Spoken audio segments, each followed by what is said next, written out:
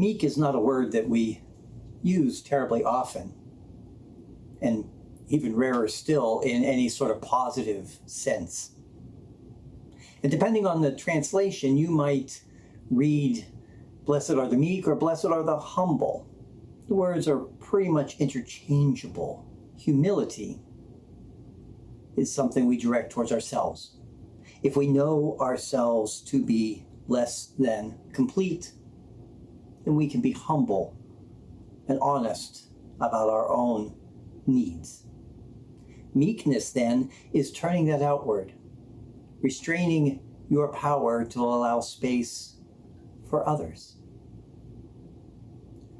That's the sort of meekness that should never be confused with weakness.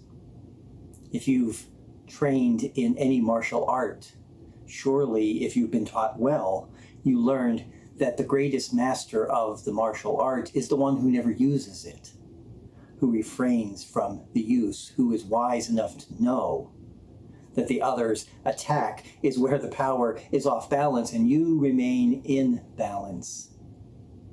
And you know yourself to always be seeking for greater and greater ability. Jesus tells us that the meek will inherit the earth. Is this not the path?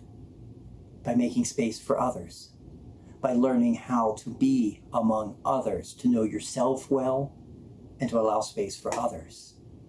And Jesus knew about humility. One of the very first hymns of the church, which is recorded in Scripture, are those words that Jesus, not grasping the nature of God to be something to be held on to, emptied himself, poured himself out, humbled himself.